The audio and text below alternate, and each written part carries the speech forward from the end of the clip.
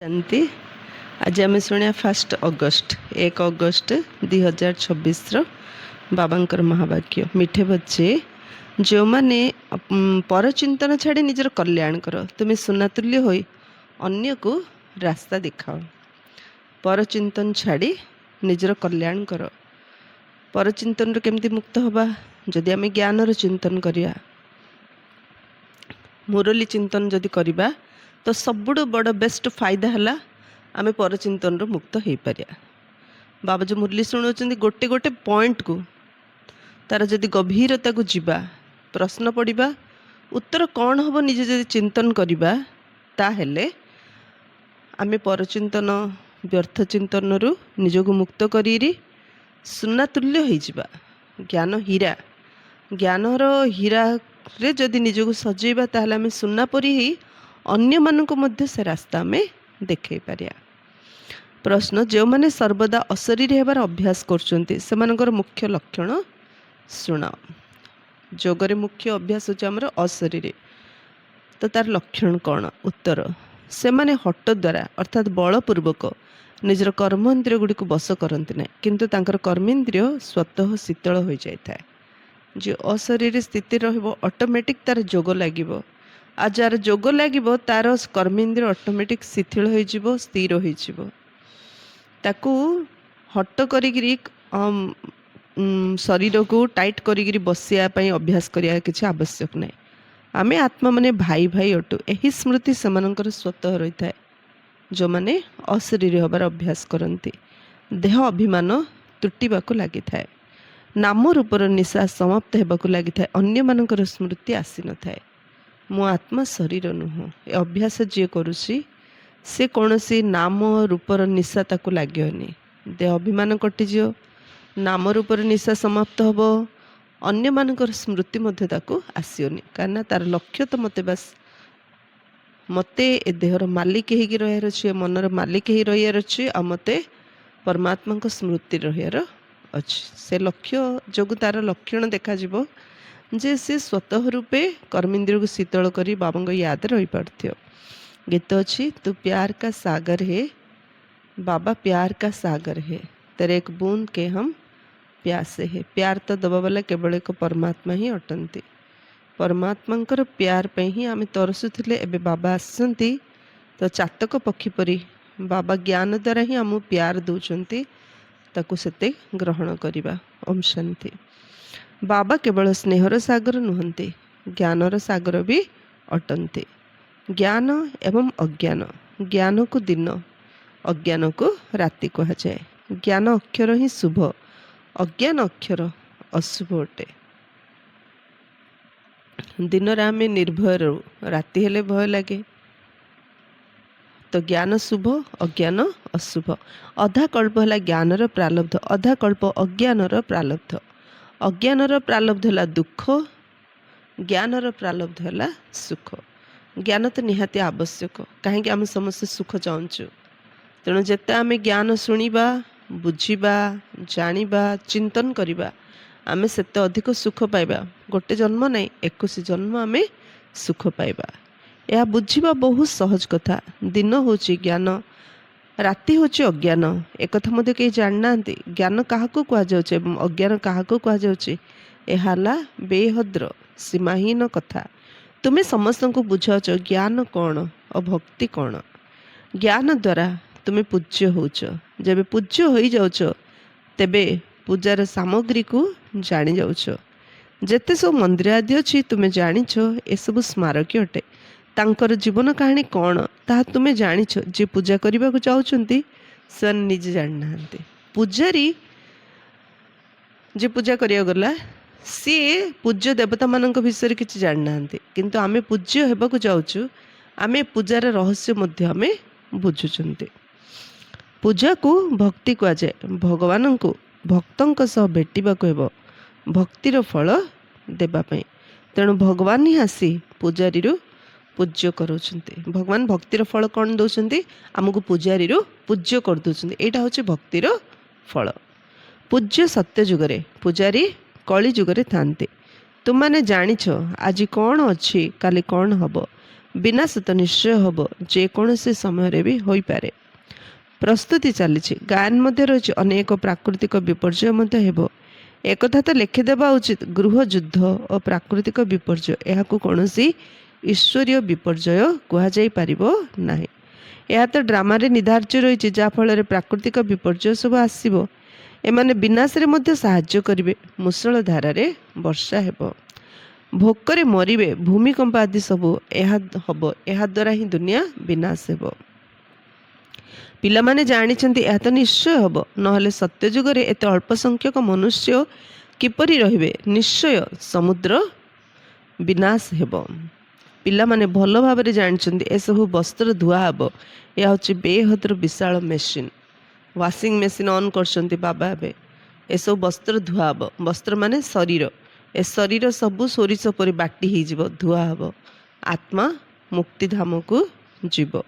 ये बेहदर washing machine ଏବେ start ହେଇଗଲା। ଏହା ହେଉଛି ବେହଦର ବିଶାଳ ମେସିନ୍। ଗାୟନ ରହିଛି, ମଇଳା ଅର୍ଥାତ୍ ବିକାରୀ ଅଶୁଦ୍ଧ ଆତ୍ମାକୁ ପରମାତ୍ମା ଶୁଦ୍ଧ ବା ପବିତ୍ର କରୁଛନ୍ତି। ଏହି ଲୁଗାପଟାର କଥା ନୁହଁ, ଆକ୍ଚୁଆଲି ଶରୀର ରୂପକ ଲୁଗାର କଥା ପଡ଼ିଛି। ଏହା ହେଲା ଶରୀରର କଥା। ଆତ୍ମାମାନଙ୍କୁ ଯୋଗ ବଳ ଦ୍ୱାରା ଧୋଇବାକୁ ହେବ। ବର୍ତ୍ତମାନ 5 ତତ୍ତ୍ୱ ତମ ପ୍ରଧାନ ହୋଇଥିବାରୁ ଶରୀର ମଧ୍ୟ ଏପରି ହେଉଛି। ପତିତ ପାବନ ବାବା ଆସି ପାବନ କରାଉଛନ୍ତି, ଆଉ ସବୁ ବିନାଶ ହୋଇଯିବ। ତୁମେ ଜାଣିଛ ଯେ ପାବନ କିପରି ହେଉଛନ୍ତି? ବହୁତ ସହଜ ରାସ୍ତା ବତାଉଛନ୍ତି। ମନୁଷ୍ୟମାନେ ତ କିଛି ହେଲେ ବି ବୁଝୁନାହାନ୍ତି। ଯେଉଁ ଯେଉଁ ସ୍ଥାନରେ ଭକ୍ତି ଯଜ୍ଞ ଆଦି ହେଉଛି, ସେଠାକୁ ଯାଇ ବୁଝାଇବା ଆବଶ୍ୟକ ଯେ ଯାହାଙ୍କର ତୁମେ ଭକ୍ତି କରୁଛ, ତାଙ୍କର ଜୀବନ କାହାଣୀ ବୁଝିବା ଦ୍ୱାରା ହିଁ ତୁମେ ଦେବତା ହୋଇପାରିବ। ସମସ୍ତଙ୍କୁ ବୁଝିବା ଦରକାର। ଯାହାଙ୍କର ଆମେ ଭକ୍ତି କରୁଛୁ, ସେମାନଙ୍କର ତାଙ୍କ ଜୀବନ କାହାଣୀ ଜାଣିଲେ ହିଁ ଆମେ ଦେବତା ହେଇପାରିବା। ସେମାନେ କେବଳ ଭକ୍ତିରେ ରହିଲେ, ପୂଜାରୀ ହିଁ ରହିଲେ, କିନ୍ତୁ ଭଗବାନ ଆସିଛନ୍ତି ଏତେ ସବୁ ଭକ୍ତିର ଫଳ ମଣିଷକୁ ଦେବତା କରୁଛନ୍ତି। ସେମାନେ କିପରି ଜୀବନ ମୁକ୍ତି ପାଇବେ ଆସି ବୁଝ, ତେବେ ତୁମେ ମଧ୍ୟ ଜୀବନ ମୁକ୍ତି ପାଇପାରିବ। ମନ୍ଦିରରେ ବସି ଜୀବନ କାହାଣୀ ବୁଝାଇଲେ ଭଲ ଭାବରେ ବୁଝିବେ। ତୁମେ ମଧ୍ୟ ବାବାଙ୍କ ଠାରୁ ଏବେ ଜୀବନ କାହାଣୀ ଶୁଣୁଛ। ତୁମ ସନ୍ତାନମାନଙ୍କୁ କେତେ ଜ୍ଞାନ ମିଳୁଛି। ପରମପିତା ପରମାତ୍ମାଙ୍କର ଜୀବନ କାହାଣୀ କେହି ହେଲେ ବି ଜାଣିନାହାନ୍ତି। ସର୍ବବ୍ୟାପୀ କହିବା ଦ୍ୱାରା କ'ଣ ଜୀବନ କାହାଣୀ ପ୍ରମାଣିତ ହେଉଛି କି? ତୁମେ ସନ୍ତାନମାନେ ଏବେ ପରମପିତା ପରମାତ୍ମାଙ୍କର ଜୀବନ କାହାଣୀକୁ ଜାଣୁଛ, ଅର୍ଥାତ୍ ଆଦି ମଧ୍ୟ ଅନ୍ତକୁ ଜାଣୁଛ। ବର୍ତ୍ତମାନର ସମୟକୁ ଆଦି କୁହାଯାଏ। ଯେତେବେଳେ କି ବାବା ଆସି ପତିତମାନଙ୍କୁ ପାବନ କରାଉଛନ୍ତି, ପୁଣି ମଧ୍ୟରେ ଭକ୍ତିର ପାଠ ଚାଲୁଛି। ବାବା କହୁଛନ୍ତି ବର୍ତ୍ତମାନ ମୁଁ ଆସି ସ୍ଥାପନା କରୁଛି, କରାଉଛି। ମୁଁ ହିଁ କରନ କରାବନହାର, ଅର୍ଥାତ୍ ମୁଁ ହିଁ କରେ ଏବଂ କରାଏ। ପ୍ରେରଣାକୁ କରିବା ବାଲା କୁହାଯିବ ନାହିଁ। ବାବା ଆସି ଏହାଙ୍କ ଅର୍ଥାତ୍ ବ୍ରହ୍ମାଙ୍କ କର୍ମେନ୍ଦ୍ରିୟ ଦ୍ୱାରା କରୁଛନ୍ତି। ଏଥିରେ ପ୍ରେରଣାର କୌଣସି କଥା ନାହିଁ। ବାବା ଡାଇରେକ୍ଟ ଆସିରେ ଆମକୁ ଏବେ ଜ୍ଞାନ ଦେଇକି ପରିବର୍ତ୍ତନ କରୁଛନ୍ତି। ଆକାଶବାଣୀ କରୁନାହାନ୍ତି କି ପ୍ରେରଣା ଦେଉନାହାନ୍ତି। କରନ କରାବନହାର ନିଶ୍ଚୟ ସମ୍ମୁଖରେ ହିଁ କରେଇବେ। ପ୍ରେରଣା ଦ୍ୱାରା କିଛି ହେଲେ ବି ହୋଇପାରିବ ନାହିଁ। ଶରୀର ବିନା ଆତ୍ମା କିଛି ବି କରିପାରିବ ନାହିଁ। ଅନେକ କହନ୍ତି ଈଶ୍ୱର ହିଁ ପ୍ରେରଣା ଦ୍ୱାରା ସବୁକିଛି କରିଥାନ୍ତି। ବାବା ଆପଣ ପ୍ରେରଣା କରନ୍ତୁ, ମୋ ପତିଙ୍କର ବୁଦ୍ଧି ଠିକ୍ ହେଇଯାଉ। ବାବା କହୁଛନ୍ତି ପ୍ରେରଣାର ତ ଏଥିରେ କୌଣସି କଥା ହିଁ ନାହିଁ। ଯିଏ ପୁରୁଷାର୍ଥ କରିବ ତାର ପରିବର୍ତ୍ତନ ହେବ। ବାକି ବାବା ପ୍ରେରଣା ଦେଇକରି ଯଦି ସବୁ କରିଦେଇଥାନ୍ତି, ତାହେଲେ କିଏ ପୁରୁଷାର୍ଥ ହିଁ କରିନଥାନ୍ତା। ତାହେଲେ ପୁଣି ଶିବ ଜୟନ୍ତୀ କାହିଁକି ପାଳନ କରାଯାଉଛି? ଯଦି ପ୍ରେରଣା ଦ୍ୱାରା ହେଇଥାନ୍ତା, ବାବା ନ ଆସିଥାନ୍ତେ, ତାହେଲେ ଶିବ ଜୟନ୍ତୀ ପାଳନ ହେଇନଥାନ୍ତା। ପ୍ରେରଣା ଦ୍ୱାରା କାମ ହେଲେ ପୁଣି ଆସିବେ ହିଁ କାହିଁକି? ପ୍ରଥମତଃ ଈଶ୍ୱର କି ପ୍ରକାରର ଜିନିଷ ଏକଥା ହିଁ ଜାଣିନାହାନ୍ତି। କେବଳ କହିଦେଉଛନ୍ତି ଯେ ଈଶ୍ୱରଙ୍କ ପ୍ରେରଣା ଦ୍ୱାରା ସବୁ କିଛି ହେଉଛି। ନିରାକାର ପ୍ରେରଣା ଦ୍ୱାରା କିପରି କରିବେ? ସେ ତ କରେଇଥାନ୍ତି, ଏଠାକୁ ଆସି ଡାଇରେକ୍ଟଲି ରାସ୍ତା ବତେଇଥାନ୍ତି। କର୍ମେନ୍ଦ୍ର ଦ୍ୱାରା ମୁରଲି ଶୁଣାଉଛନ୍ତି। କର୍ମେନ୍ଦ୍ରର ଆଧାର ନ ନେବା ପର୍ଯ୍ୟନ୍ତ ମୁରଲି କିପରି ଶୁଣାଇବେ? ଜ୍ଞାନର ସାଗର ହୋଇଥିବାରୁ ଶୁଣାଇବା ପାଇଁ ମୁଖ ଦରକାର ନା। ଏବେ ତୁମମାନେ ସାରା ଦୁନିଆର ଆଦି ମଧ୍ୟ ଅନ୍ତକୁ ଜାଣିସାରିଛ। ତୁମକୁ ସମ୍ପୂର୍ଣ୍ଣ ଜ୍ଞାନ ମିଳିଛି, ଜାଣୁଛନ୍ତି ଜ୍ଞାନ ବିନା ଗତି ନାହିଁ। ଜ୍ଞାନ କିଏ ଦେବ? ଅଜ୍ଞାନ ମାର୍ଗ ଓ ଜ୍ଞାନ ମାର୍ଗ ମଧ୍ୟରେ ପାର୍ଥକ୍ୟ ଦେଖ ନା। ବିଜ୍ଞାନ ବୋଲି ମଧ୍ୟ କହୁଛନ୍ତି, ଅଜ୍ଞାନ ହେଉଛି ଅନ୍ଧକାର। ତେବେ ଜ୍ଞାନ ଓ ବିଜ୍ଞାନକୁ ଆମେ ମୁକ୍ତି, ଜୀବନ ମୁକ୍ତି ମଧ୍ୟ କହିପାରିବୁ। ତୁମକୁ ଏବେ ପବିତ୍ର ହେବାର ଜ୍ଞାନ ମିଳୁଛି। ବିଜ୍ଞାନ ମାନେ ଚନ୍ଦ୍ରରେ, ମଙ୍ଗଳରେ, ଗ୍ରହ ନକ୍ଷତ୍ରରେ କ'ଣ ଅଛି ରିସର୍ଚ୍ଚ ଚାଲିଛି। ଆଉ ବାବା ଆସନ୍ତି ଆମକୁ ସୂର୍ଯ୍ୟ, ଚନ୍ଦ୍ର, ଗ୍ରହ ନକ୍ଷତ୍ରଠୁ ଉପରକୁ परम धाम को नहीं जाउछंती। तो प्रकृत ज्ञान विज्ञान तो बाबा ही आसी दउछंती। एबे तुमको एबे पवित्र हेबार ज्ञान मिलुछि, तुमे स्वदर्शन चक्रधारी होछ।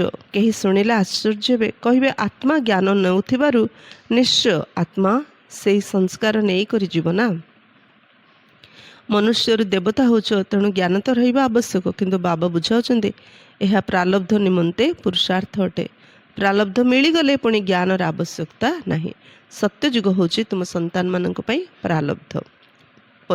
जॉब एठी पाठ पढ़ला पर जॉब कले, जॉब कला पर से पाठ मन रखार आवश्यक नहीं। सेमती बाबा पाठ पढ़ाउछंती आम नरकर स्वर्ग को नहीं कि मनीषर देवता करिया पे। जब देवता हो जाए स्वर्ग चली जावा, सी हूँ आमर प्रारब्ध।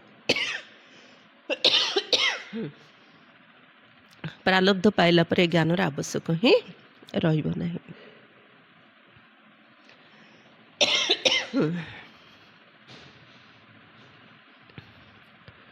सत्ययुग होछि तुम संतान मानक पई प्रारब्ध। एक कथा शुणिबा मात्र ही आश्चर्य हेबे, एही ज्ञान परंपरा अनुसार काहे चलुनी।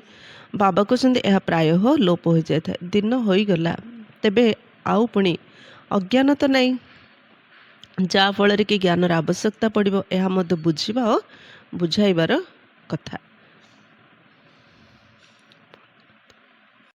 तुरंत कहीं बुझीपारे ना। श्री बाबा पिला मानक पई उपहार नहीं भारत को ही आसतांती भक्तिर फल देवाई। भक्ति परे होची सद्गति, यही विनाश मध्य निश्चय हम।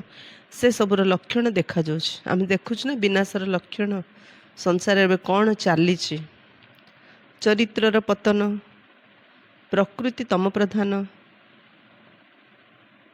एवं तन मन धन सबूर अवस्था डाउन डाउन डाउन पूरा डाउनफॉल होगी अच्छी। ए सबूर लक्षण देखा जाउछि। तुमे शुणिब अग्निकणा पड़ा मात्रे 2 घंटारे सारा घर जली भस्म हो जाए। यह कौन सी नुआ कथा नुह, विनाश तो निश्चय हेब। सत्यजुगे कम मनुष्य रे, समस्ते श्रेष्ठाचारी हेबे। तेबे श्रेष्ठाचारी हेबारे केते परिश्रम करिया पड़ुछि। माया एकदम नाकरू धरी पकाउछि। श्रेष्ठाचारी हबा पई माया दौनी, कारण दुनिया भ्रष्टाचारी भ्रष्टाचारी दुनिया रे जमिति पानी सुओ जुआड़े लोक गड़िले सियाड़े। किंतु कूल को आसिया पई परिश्रम करिया पड़ता है मनीष को। ठीक सेपरी भ्रष्टाचार दुनिया रे भ्रष्ट कर्म करिया समस्त लगे से वाइब्रेशन जमीती लोक सेमती निजको से प्रकार चलुंट। किंतु तार उल्टा मार्ग रे श्रेष्ठाचार्य होगापी बहुत परिश्रम करिया पड़ुछि। माया नाकुर एकदम धरी नौछि। तेणु बाबा कौन कहते एहीपरि निम्नगामी हेले बहुत आघात लगी थाए, समय भी लगी जाई थाए। सबुठारु बड़ आघात होछि काम विकारर। सेथिपई कहा जाउछि काम महा शत्रु अटे। सबुठु बड़ आघात होछि काम विकार। काम महाशत्रु। काम विकार तो आदि मध्य अंत दुख दौछि। एबे रिसेंटली गोटे घटना, गोटे झीटी बाहर बहुत भल परिवार, बड़ परिवार, धनी परिवार। बाहला परे तार छुआटी मध्य होइछि। छुआ हला परे सी जन को भल पाउथिला। से पुओटा आ जनक सहित मत बाहला, किंतु से दी जन स्वामी स्त्री रो तार स्त्री सहित भल पड़लानी। तापर ये पुणी आउ गोटे प्रोग्राम रे माने मिसिले। एमाने पुणी आउथरे पूर्व भली सांग होइकी भल परिवार को, सुखी परिवार रे निज स्वामी को निज मारिदेला। पुणी तार बॉयफ्रेंड सहित रहियो बोली। माने संसार रे कौन चली से बाबा कहते काम विकार जो संसार सर्वनाश होछि। विनाश तो निश्चय हम। काम महाशत्रु अटे। यहाँ ही पतित कराउछि। विकार पाई ही झगड़ा होता है। जदि विकार पाई छाड़िबे नहीं तेबे निश्चय कहिबे जे एहा ठारू बासन माजिबा भल नहीं कि। जे बाबांगर ज्ञान बुझीगला, हाँ से बुझला पर तो निश्चय पवित्र चाहिए। किंतु जदि तांग घरे पवित्र देबेनी ताले सी निजे फील करिवो ए बिकारी जीवन अपेक्षा बंचिया पई किछि ना रोजगार करियार अछि। तो बासन माजी भले बंची मात्र मु पतित हेबिनी। बरं झाड़ू पोछा लगेबू किंतु पवित्र रहिबू। एथिरे बहुत हिम्मत आवश्यक, बहुत साहस दरकार। भले आमे का घरे बासन माजू मात्र पवित्र रहिबू, या पई बहुत साहस दरकार। जदि के बाबांक शरण रे आसंती ତେବେ ମାୟା ମଧ୍ୟ ଲଢ଼େଇ କରିବା ଆରମ୍ଭ କରିଦେଇଥାଏ। 5 ବିକାରର ରୋଗ ଆହୁରି ଅଧିକ ହଇରାଣ କରିଥାଏ। ପ୍ରଥମେ ତ ସମ୍ପୂର୍ଣ୍ଣ ନୃଶ୍ୟ ବୁଦ୍ଧି ହେବା ଦରକାର। ତେଣୁ ଏହି ଜୀବ ଦଶାରୁ ମରିବାକୁ ହେବ। ଏଠାରୁ ତୁମେ ଲଙ୍ଗର ଉଠାଇ ନେଲଣି। କଳିଯୁଗୀ ବିକାରୀ କୂଳ ତୁମେ ଛାଡ଼ି ଦେଇଛ। ଏବେ ଆମେ ଯାତ୍ରା କରୁଛୁ। ଆମେ ଅଶରୀରୀ ହୋଇ ନିଜ ଘରକୁ ଯାଉଛୁ। ଆତ୍ମାର ଏହି ଜ୍ଞାନ ରହିଛି ଯେ ଆମେ ଗୋଟିଏ ଶରୀର ଛାଡ଼ି ଆଉ ଗୋଟିଏ ଶରୀରକୁ ଯିବୁ।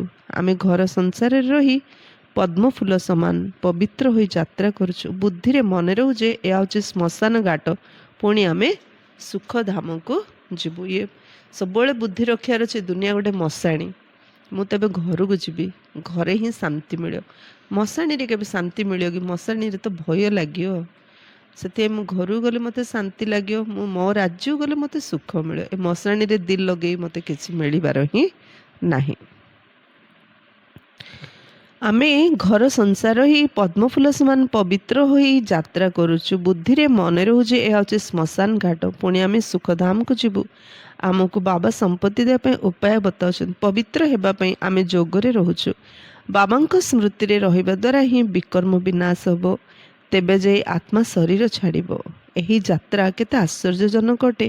କେବଳ ବାବା ଓ ନିଜର ରାଜଧାନୀକୁ ୟାଦ କର। ଏତିକି ସହଜ କଥା ମଧ୍ୟ ମନେ ପଡ଼ୁନି। କେବଳ ଅଲଫ ଅର୍ଥାତ୍ ବାବାଙ୍କୁ ମନେ ପକାଅ ବାସ୍। କିନ୍ତୁ ମାୟା ଏମିତି କି ମନେ ପକାଇବାକୁ ଦେଉନି। ବହୁତ ମେହନତ ଲାଗୁଛି। ଆତ୍ମାକୁ ଜ୍ଞାନ ମିଳୁଛି, ଆମର ବାବା ଆସିଛନ୍ତି। ଆତ୍ମା ପାଠ ପଢ଼ୁଛି ନା।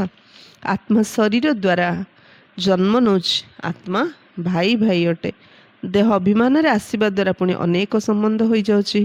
ଏଠାରେ ତୁମେ ଭାଇ ଭଉଣୀ ହୋଇଗଲ। ପରସ୍ପର ମଧ୍ୟରେ ତୁମେ ଭାଇ ଭାଇ ବି ଅଟ, ଭଉଣୀ ଭାଇ ମଧ୍ୟ ଅଟ। ଏହା ପ୍ରବୃତ୍ତି ମାର୍ଗ ଅଟେ ନା।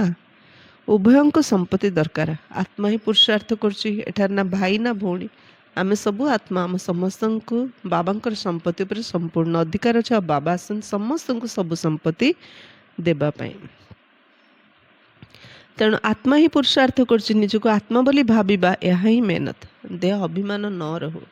ପରଚିନ୍ତନରୁ ମୁକ୍ତ କେମିତି ହେବା? ଆତ୍ମ ଅଭିମାନୀ ହେଲେ। ଜ୍ଞାନର ଚିନ୍ତନ କେମିତି କରିବା? ଆତ୍ମ ଅଭିମାନୀ ହେଲେ। ଯୋଗ କେମିତି ଲାଗିବ? ଆତ୍ମ ଅଭିମାନୀ ହେଲେ। ତେଣୁ ବାବା କହୁଛନ୍ତି ପବିତ୍ର ହେବା ପାଇଁ ମଧ୍ୟ ସହଜ ଉପାୟ ହେଉଛି ଆତ୍ମ ଅଭିମାନୀ। ଦେହ ଅଭିମାନ ନ ରହୁ। ଶରୀର ନଥିଲେ ବିକାରୀ କିପରି ହେବ? ଆତ୍ମାରେ ଭାବିଲେ ଆମେ ପବିତ୍ର ହୋଇପାରିବା। କାହିଁକି? କେତେ ସହଜ କରି ବାବା ବୁଝାଉଛନ୍ତି। ଶରୀର ନଥିଲେ ଆତ୍ମା ବିକାରୀ କେମିତି ହେବ? ତେଣୁ ଶରୀର ଥିଲେ ମଧ୍ୟ ମୋର ଶରୀର ନାହିଁ, ମୁଁ ଶରୀରରୁ ଅଲଗା ଯଦି ଭାବିବା, ଆମ ମନ କେବେ ବିକାର ଆଡ଼େ ଦୌଡ଼ିବ ନାହିଁ। ମନକୁ ଆମେ ଜିତିପାରିବା। ତେଣୁ ବାବା ବାରମ୍ବାର କହୁଛନ୍ତି ବାସ୍ ଏଇଟା ମଶାଣୀ, ଏଠି ସମସ୍ତେ ମଢ଼, ମୁଁ ତ ଏ ଶରୀରରୁ ସମ୍ପୂର୍ଣ୍ଣ ଅଲଗା। ଅଭ୍ୟାସ ଆମକୁ ବାରମ୍ବାର କରିବାର ଅଛି। ଶରୀରର ସ୍ମୃତି ହିଁ ନ ରହୁ। ଆମେ ଆତ୍ମା ଅଟୁ। ଆମକୁ ବାବାଙ୍କ ପାଖକୁ ଯିବାକୁ ହେବ। ଯେତେ ଯେତେ ଯୋଗୀ ହୋଇ ଚାଲିବ କର୍ମେନ୍ଦ୍ରିୟ ସେତେ ଶାନ୍ତ ହେଇଯିବ। ଯେତେ ଆମେ ଯୋଗୀ ହେବା ଆମର କର୍ମେନ୍ଦ୍ରିୟ ସେତେ ଶାନ୍ତ ହେଇଯିବ। ଦେହ ଅଭିମାନରେ ଆସିବା ଦ୍ୱାରା କର୍ମେନ୍ଦ୍ରିୟ ଚଞ୍ଚଳ ହୋଇଥାଏ। ଆତ୍ମା ଜାଣିଛି ମୋତେ ପ୍ରାପ୍ତି ହେଉଛି। ଶରୀରରୁ ଅଲଗା ହେଇଗଲେ କର୍ମେନ୍ଦ୍ରିୟ ଶାନ୍ତ ହେଇଯିବ। ଯେତେ ଆମେ ଶରୀରରୁ ଡିଟାଚ୍ ହେବାର ଅଭ୍ୟାସ କରିବା, ଆମର କର୍ମେନ୍ଦ୍ରିୟ ଶାନ୍ତ ହେଇଯିବ, ତ ଆମର ୱାର୍କିଂ କାପାସିଟି ବଢ଼ିଯିବ। ଆତ୍ମା ଜାଣିଛି ମୋତେ ପ୍ରାପ୍ତି ହେଉଛି। ଶରୀରରୁ ଅଲଗା ହୋଇଗଲେ କର୍ମେନ୍ଦ୍ରିୟ ଶାନ୍ତ ହୋଇଯିବ। ସନ୍ନ୍ୟାସୀମାନେ ଔଷଧ ଖାଇ କର୍ମେନ୍ଦ୍ରିୟକୁ ଶାନ୍ତ କରିଥାନ୍ତି। ତାହା ତ ହଟ ଯୋଗ ହୋଇଗଲା ନା। ତୁମକୁ ଯୋଗ ଦ୍ୱାରା କାର୍ଯ୍ୟ କରିବାକୁ ହେବ। କ'ଣ ଯୋଗ ବଳ ଦ୍ୱାରା ତୁମେ କର୍ମେନ୍ଦ୍ରିୟକୁ ଅଧୀନ କରିପାରିବ ନାହିଁ? ଯୋଗ ବଳ ଦ୍ୱାରା ହିଁ ଆମେ କର୍ମେନ୍ଦ୍ରିୟକୁ ଅଧୀନ କରିପାରିବା।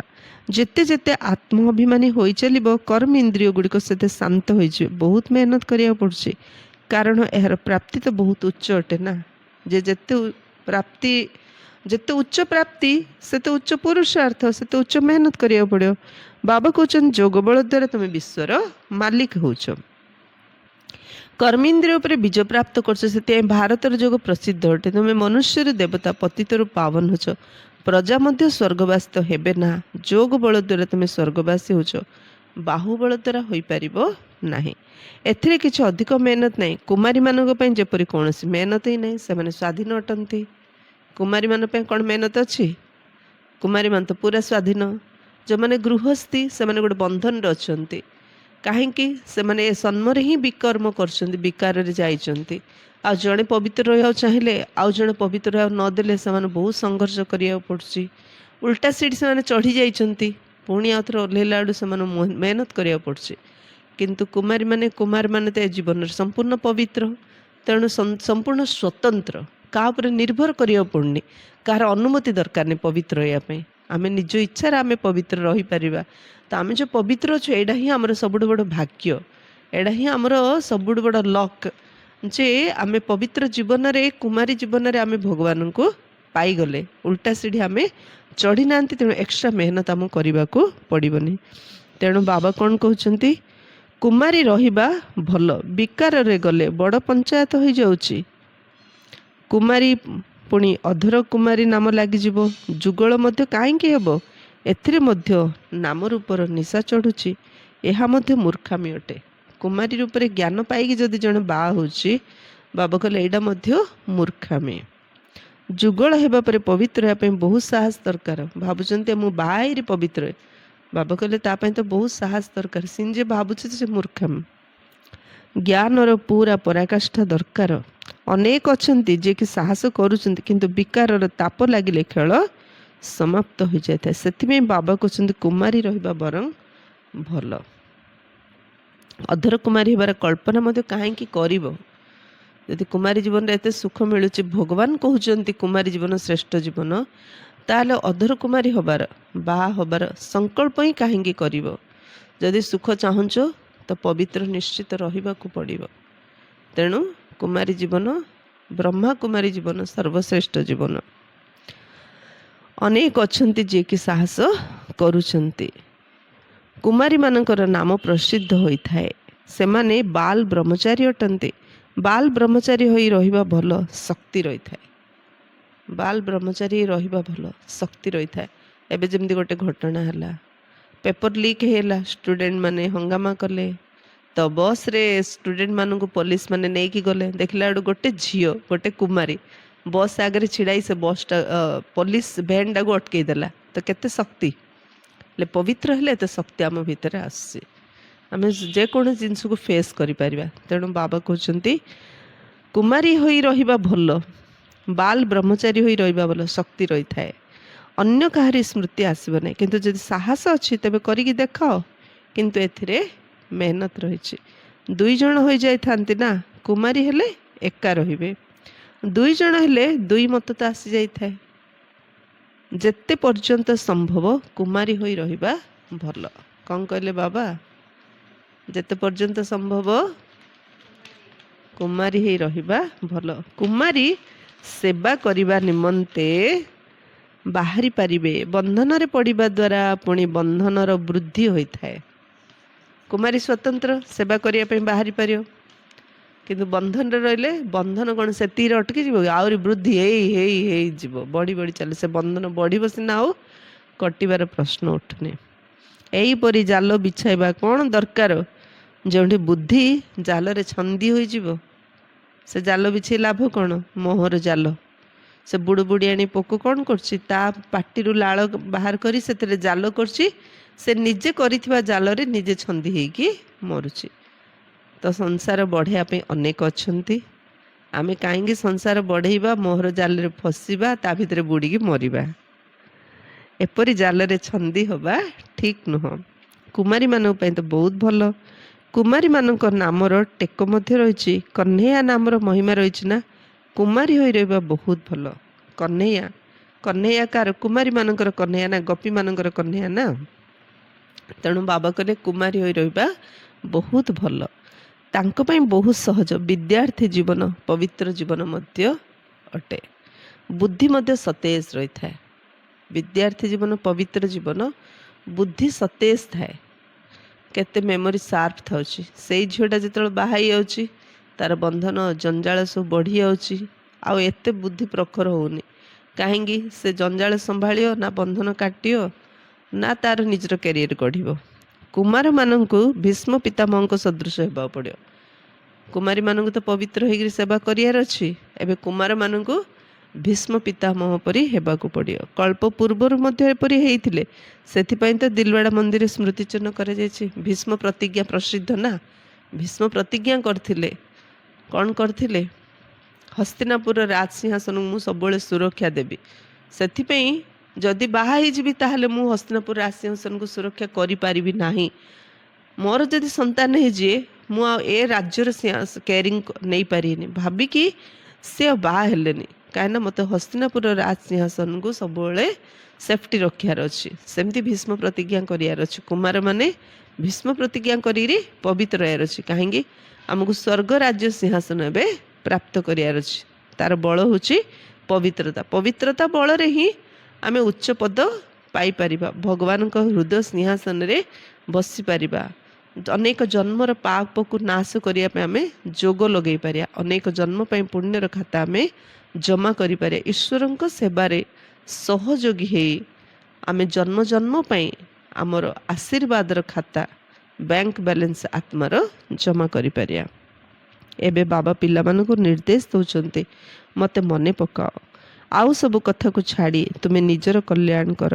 ବାବାଙ୍କୁ ମନେ ପକାଇବାରେ ହିଁ କଲ୍ୟାଣ ଅଛି। ବାକି ସବୁ କଥା ଛାଡ଼, ବାବାଙ୍କୁ ମନେ ପକାଅ। ଯେତେ ବାବାଙ୍କୁ ମନେ ପକାଏ ସେଥିରେ ଆମର ସେତିକି କଲ୍ୟାଣ ଅଛି। ଭୁଲ ହୋଇଯାଉଛି, ପିଲାମାନେ ତଳକୁ ପଡ଼ି ଯାଉଛନ୍ତି। ତୁମେ ପରଚିନ୍ତନକୁ ଛାଡ଼ି ନିଜର କଲ୍ୟାଣ କର। ଭୁଲ ହେଇଯାଉଛି, କିଏ କିଏ ତଳକୁ ଖସି ଯାଉଛନ୍ତି। ହେଲେ କିଏ ଭୁଲ କଲା, କିଏ ତଳକୁ ଖସିଲା, ତାକୁ ଦେଖିଲେ ଆମକୁ ଲାଭ କ'ଣ ମିଳିବ? ଯିଏ ଭୁଲ କଲା, ତଳକୁ ଖସିଲା, ସିଏ ମଧ୍ୟ ଚାହୁଁଛି ମୁଁ କେମିତି ଉପରକୁ ଉଠି ପୁରୁଷାର୍ଥ କରି। ତାକୁ ସୁଧାରିବା ବାଲା ଭଗବାନ ଅଛନ୍ତି। ତାଙ୍କ ବିଷୟରେ ପରଚିନ୍ତନ କରିକି ଆମର ଶକ୍ତିକୁ ନଷ୍ଟ କରିବାର କିଛି ଆବଶ୍ୟକ ନାହିଁ। ତେଣୁ ବାବା କହିଲେ, କାହାକୁ ଦେଖନି, ପରଚିନ୍ତନ ପର ବିଷୟରେ ଭାବନି, ନିଜର ତୁମେ କଲ୍ୟାଣ କର। ଅନ୍ୟର ଚିନ୍ତନ କର ହିଁ ନାହିଁ। ତୁମେ ସୁବର୍ଣ୍ଣ ପରି ହୋଇ ଅନ୍ୟମାନଙ୍କୁ ରାସ୍ତା ବତାଅ। ସତ ପ୍ରଧାନ ହେବାର ଏହା ହିଁ ଏକମାତ୍ର ଉପାୟ। ପବିତ୍ର ନହେଲେ ତୁମେ ମୁକ୍ତିଧାମକୁ ଯାଇପାରିବ ନାହିଁ। ଉପାୟ ହେଉଛି ଗୋଟିଏ, ପୁଣି ଅନ୍ତ ସମୟରେ ମତି ଅନୁସାରେ ଗତି ହୋଇଯିବ। ମୁକ୍ତିଧାମକୁ ଯିବା ପାଇଁ ମାତ୍ର ଗୋଟିଏ ଉପାୟ, ପବିତ୍ରତା।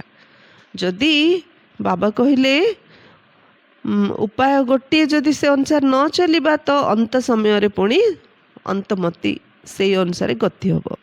ପରଚିନ୍ତନ, ପରଦର୍ଶନ ଛାଡ଼ି ଦିଅ, ପର ଉପକାର କର, ନଚେତ ନିଜର ହିଁ କ୍ଷତି କରିବା। ଯେତେ ପରଚିନ୍ତନ ପରଦର୍ଶନ କରିବା, ପର ମତରେ ଚାଲିବା, ସେତେ ନିଜର ହିଁ କ୍ଷତି କରିବା। ବାବା କୌଣସି ଅଭିଶାପ ଦେଉନାହାନ୍ତି। ଶ୍ରୀମତରେ ନ ଚାଲିବା ଦ୍ୱାରା ନିଜକୁ ନିଜେ ହିଁ ଶ୍ରାପିତ କରୁଛନ୍ତି। କିଏ ପର ଚିନ୍ତନ କଲେ ତାର ନାଶ ହେବ, କ୍ଷତି ହେବ ବୋଲି ବାବା ତାକୁ ଅଭିଶାପ ଦେଉନାହାନ୍ତି। କିନ୍ତୁ ବାବା ସାବଧାନ କରେଇ ଦେଉଛନ୍ତି। କ'ଣ କହୁଛନ୍ତି? ଶ୍ରୀମତରେ ନ ଚାଲିବା ଦ୍ୱାରା ପରଚିନ୍ତନ ପରଦର୍ଶନ ଚାଲୁଛି, ଆଉ ନିଜେ ହିଁ ନିଜକୁ ଶ୍ରାପିତ କରୁଛନ୍ତି। ବାବା ଅଭିଶାପ ଦେଉନାହାନ୍ତି, ନିଜେ ନିଜକୁ ଅଭିଶପ୍ତ କରିଦେଉଛନ୍ତି ପରଚିନ୍ତନ ପରଦର୍ଶନରେ। ସେଥିପାଇଁ କୁହାଯାଇଛି ସ୍ୱଚିନ୍ତନ ଉନ୍ନତିର ସିଡ଼ି, ପରଚିନ୍ତନ ପତନର ଜଡ଼। ଆଚ୍ଛା, मीठे मीठे सिकिलधे बच्चों प्रति माता पिता बाप दादा का याद प्यार और गुड मॉर्निंग। रूहानी बाप की रूहानी बच्चों को नमस्ते। हम रूहानी बच्चों की रूहानी बाप दादा को याद प्यार, गुड मॉर्निंग और नमस्ते नमस्ते नमस्ते। धारणा पाई मुख्य सारांश नंबर 1, निश्चय बुद्धि होई बंचित होता पुराणा दुनिया निजर बुद्धि रूपी लंगर उठाई नेबाको बाबांकर प्रत्येक आज्ञा को पालन करी निजर कल्याण करने ए दुनिया गोटे मशाणी। ए मशाणी रे मते कौन सी देहधारी सहित बुद्धि लगार ना, इवेन निज शरीर सहित मते मते बुद्धि लगार ना। मते बंची थाउ थाउ ए दुनिया रू लंगर उठार अच्छे। जमती नौका जो लंगर बंधा है था, लंगर खोलिले तो पानी रे से बहिबो।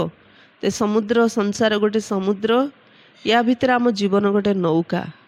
ए जीवन नौका को पार करिया पई, ए पारिरु से पारिकी नबा पई आमको लंगरटा देह अभिमान हटेयार अच्छी।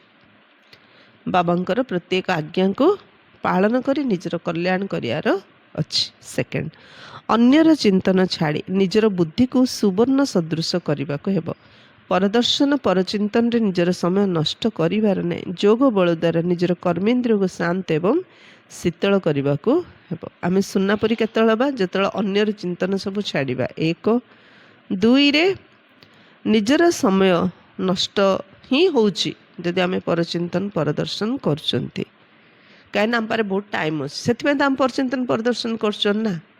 ତ ସେ ଟାଇମ୍କୁ ଯଦି ସ୍ୱଚିନ୍ତନରେ ଲଗେଇବା, କର୍ମେନ୍ଦ୍ରିୟକୁ ଶାନ୍ତ କରିବାରେ ଲଗେଇବା, ଶୀତଳ କରିବାରେ ଲଗେଇବା, ତାହେଲେ ଅସୌଭାଗ୍ୟ ଆମର।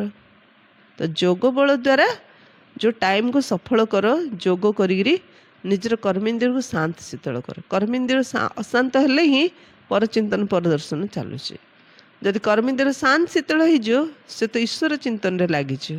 ସେ ସବୁ ଜିନିଷ ଦେଖିକି ନ ଦେଖିଲା ପରି ରହିବ, ଶୁଣିକି ନ ଶୁଣିଲା ପରି ରହିବ। ବରଦାନ, ନିଜର ବିଜୟ ବା ସଫଳତାକୁ ନିଶ୍ଚିତ ମନେକରି ସର୍ବଦା ନିଶ୍ଚିନ୍ତ ରହୁଥିବା ନିଶ୍ଚୟ ବୁଦ୍ଧି ଭବ। ମୁଁ ଆତ୍ମା କଳ୍ପକଳ୍ପର ଏକ୍ଟର। ପ୍ରତି 5000 ବର୍ଷ ଥରେ ଏ ଡ୍ରାମା ଘୁରୁଛି। ମୁଁ କଳ୍ପ ପୂର୍ବେ ମଧ୍ୟ ବିଜୟ ପ୍ରାପ୍ତ କରିଥିଲି, ସଫଳତା ହେଇଥିଲା। ଏବେ ମଧ୍ୟ ସେମ୍ ଡ୍ରାମା ରିପିଟ୍ ହେଉଛି। ତେଣୁ ମୋତେ କୌଣସି କଥାରେ ଚିନ୍ତା କରିବାର ନାହିଁ। ମୁଁ ହିଁ ଟପର ଥିଲି, ଏବେ ମୁଁ ହିଁ ପୁଣି ଟପର ହେଉଛି।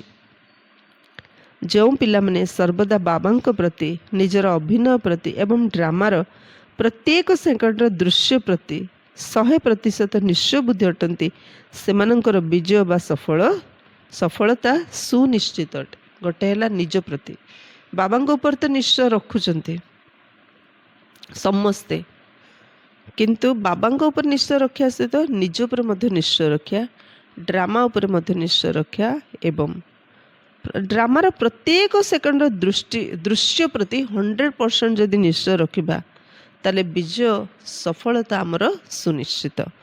ସେମାନଙ୍କର ବିଜୟ ସୁନିଶ୍ଚିତ ହୋଇଥିବା କାରଣରୁ ସେମାନେ ସର୍ବଦା ନିଶ୍ଚିନ୍ତ ରହିଥାନ୍ତି। ସେମାନଙ୍କର ଚେହେରାରେ ଚିନ୍ତାର କୌଣସି ବି ରେଖା ଦେଖାଯାଏନି। ଯେ ପୁରା କନଫିଡେଣ୍ଟ ହେଲା, ମୁଁ ତ ପାଇବି ହିଁ ପାଇବି, ହେବି ହିଁ ହେବି, ମୁଁ ଜାଣିଛି ଭଲ ଭାବେ, ତ ତାଙ୍କ ଚେହେରାରେ ଆଉ ଚିନ୍ତା କିଛି ଦେଖାଯିବ ନାହିଁ। ସେମାନଙ୍କ ଭିତରେ ସର୍ବଦା ନିଶ୍ଚୟ ରହିଥାଏ ଯେ ଏ କାର୍ଯ୍ୟ ବା ଏ ସଂକଳ୍ପ ସଫଳ ହୋଇକରି ହିଁ ରହିଛି। ତାଙ୍କୁ ଅଲରେଡ଼ି ମାଇଣ୍ଡରେ ଫିକ୍ସ କରିଦେଲେ ଏ କାର୍ଯ୍ୟ ତ ସଫଳ ହେଇକି ଅଛି। ସେମାନଙ୍କ ଭିତରେ କେବେ ବି କୌଣସି କଥାରେ ପ୍ରଶ୍ନ ଉଠିପାରିବ ନାହିଁ। କୌଣସି କଥାରେ କୌଣସି ପ୍ରକାର ପ୍ରଶ୍ନ ଉଠିବନି। ମୁଁ ତ ପାଇଥିଲି ପାଇବି, ହେଇଥିଲି ହେବି, କରିଥିଲି କରିବି, ସରିଲା। ପୁରା ନିଶ୍ଚିନ୍ତ। କର୍ମ କରିବେ, କିନ୍ତୁ ରିଜଲ୍ଟ ପାଇଁ ସେମାନେ ଚିନ୍ତା କରିବେନି। ସ୍ଲୋଗାନ, ଶୁଣିବା ଏବଂ ଶୁଣାଇବା ଭିତରେ ଭାବନା ଏବଂ ଭାବ ଅର୍ଥାତ୍ ଉଦ୍ଦେଶ୍ୟକୁ ପରିବର୍ତ୍ତନ କରିଦେବା ହିଁ ବାତାବରଣକୁ ଖରାପ କରିବା।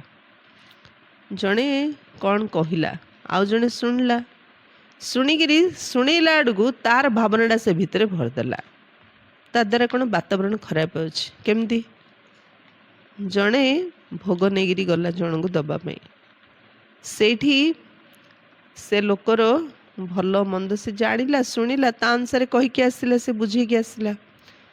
ସେ କଥାଟା ଆଉ ଜଣେ ଶୁଣିଲା, ଆଉ ଜଣେ ଆସିକି ଯେତେବେଳେ କହିଲା, ସିଏ ତାର ନିଜର ମାନେ ବ୍ୟାଡ୍ ଫିଲିଂ ତାରେ ମିଶେଇ ଦେଉଛି।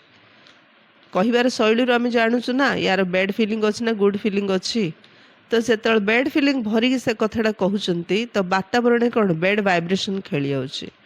ସେଥିପାଇଁ କହିବା ଆଉ ଶୁଣିବାରେ ନିଜର ଭାବ ଭାବନା ମିଶେଇକିରି ବାତାବରଣକୁ ଖରାପ କରିବାକୁ ହବନି।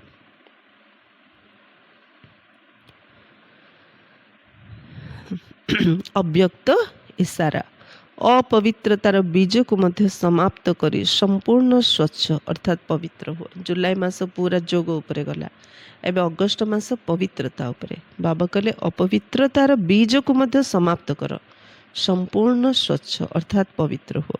ସମ୍ପୂର୍ଣ୍ଣ ପବିତ୍ରତା ହିସାବରେ ବ୍ୟର୍ଥ ସଂକଳ୍ପ ମଧ୍ୟ ଅପବିତ୍ରତାର ବୀଜ ଅଟେ। ବ୍ୟର୍ଥ ସଂକଳ୍ପ ହେଉଛି ଅପବିତ୍ରତାର ବୀଜ। ତେବେ ବ୍ୟର୍ଥ ସଂକଳ୍ପ ଚାଲିବାର ସଂସ୍କାର ଏବେ ମଧ୍ୟ ଅଧିକାଂଶ ପିଲାମାନଙ୍କ ମଧ୍ୟରେ ରହିଛି। ବାବା ଦେଖୁଛନ୍ତି ନା, ଉପରୁ ବହୁତ ପିଲା ବ୍ୟର୍ଥ ସଂକଳ୍ପ ଚଲାଉଥାଉଛନ୍ତି, ବାବା ଦେଖୁଛନ୍ତି। ବ୍ୟର୍ଥ ସଂକଳ୍ପର ଆଧାର ମନ ହିଁ ଅଟେ, ଯାହାକି ମନ୍ମନାଭବ ସ୍ଥିତିରେ ରହିବା ପାଇଁ ଦେଇନଥାଏ। ବ୍ୟର୍ଥ ସଂକଳ୍ପ କେଉଁଠି ଚାଲିଛି? ମନରେ ଚାଲୁଛି। ମନରେ ଯଦି ବ୍ୟର୍ଥ ସଂକଳ୍ପ ଚାଲୁଥିବ ତାହେଲେ ମନରେ ଆମ ବାବାଙ୍କୁ ମନେ ପକାଇ ପାରିବା କି? ମନମନାଭବ ସ୍ଥିତି ରହିପାରିବା କି? ସେଥିପାଇଁ ଶ୍ରୀମତ ରୂପକ ଲଗାମକୁ ଟାଇଟ୍ କରି ବ୍ୟର୍ଥ ସଂକଳ୍ପର ଅପବିତ୍ରତାକୁ ସମାପ୍ତ କର। ସେଥିପାଇଁ ଶ୍ରୀମତର ଲଗାମକୁ ଟାଇଟ୍ କରିବା। ଘୋଡ଼ା ଗଲେ ଘୋଡ଼ା ଉପରେ ଗୋଟେ ଲଗାମ ଥାଉଛି, ସେ ଲଗାମକୁ ଟାଇଟ୍ କଲେ ଘୋଡ଼ା ଯୋଉଠି ସେଇଠି ଛିଡ଼ା ହେଇପଡ଼ୁଛି। ସେମିତି ଶ୍ରୀମତ ରୂପକ ଲଗାମକୁ ଯେଉଁ ଟାଇଟ୍ କରିବା, ଶ୍ରୀମତ ଅନୁସାରେ ଚାଲିବା, ତାହେଲେ ବ୍ୟର୍ଥ ସଂକଳ୍ପର ଅପବିତ୍ରତାକୁ ସମାପ୍ତ କରିପାରିବା। ଆଚ୍ଛା, ଓମ୍ ଶାନ୍ତି।